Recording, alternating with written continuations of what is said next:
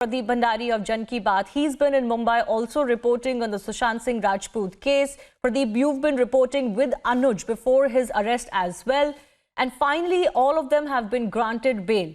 But the questions persist as far as the behavior of the police and the government in this case are concerned.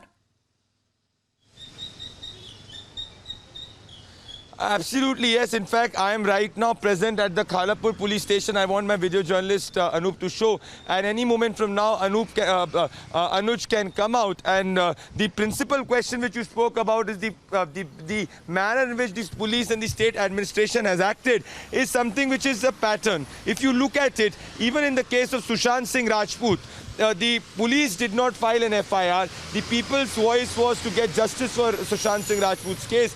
And the entire police force was acting in a callous manner and was acting consciously callous.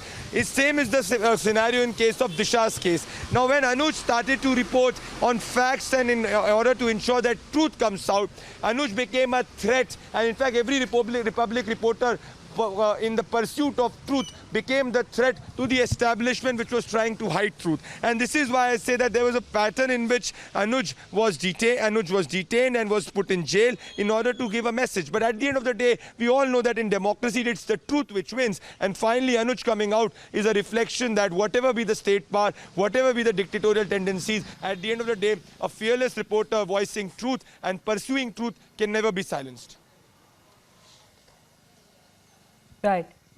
If the Maharashtra government or the police was hoping that the questions surrounding not just their conduct, but also the larger issues in Sushant Singh Rajput and Disha Salian's death cases, Pradeep, will go away if they were to jail one of Republic's reporters, then that obviously was very foolhardy. But in the process, what they've done is shown that they have literally no respect for the freedom of the press and media.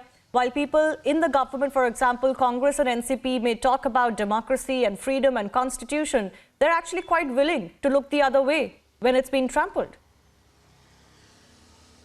Well, you are absolutely correct, and in fact, this is what I say as a hypocrite talk. Now, I also want to question that if you remember, there is a lobby which goes ahead and comes to the Jantar Mantar in New Delhi and says that the democracy is under threat, says that there is no freedom of expression. Now, the entire lobby and the entire cabal was extremely silent because when it came to Anuj. Now, Anuj was reporting fact, pursuing truth, but not even one of these individuals from the Congress, the NCP, and their friendly press even voiced an opinion in favor of Anuj's right to freedom of expression, which clearly means that the entire lobby speaks about the values of democracy when it suits them, and when it is actually there to be spoken, they're all silent. So whether it is Congress, NCP, or all the friendly cabal which sits in the India International Center and India Habitat Center was extremely silent. So this case establishes that at the end of the day, it is the people of this country which stand behind the Republic Media Network and every journalist of Republic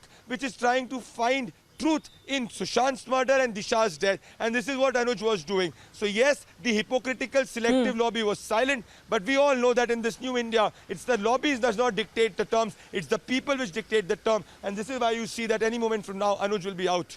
And this is a very good news.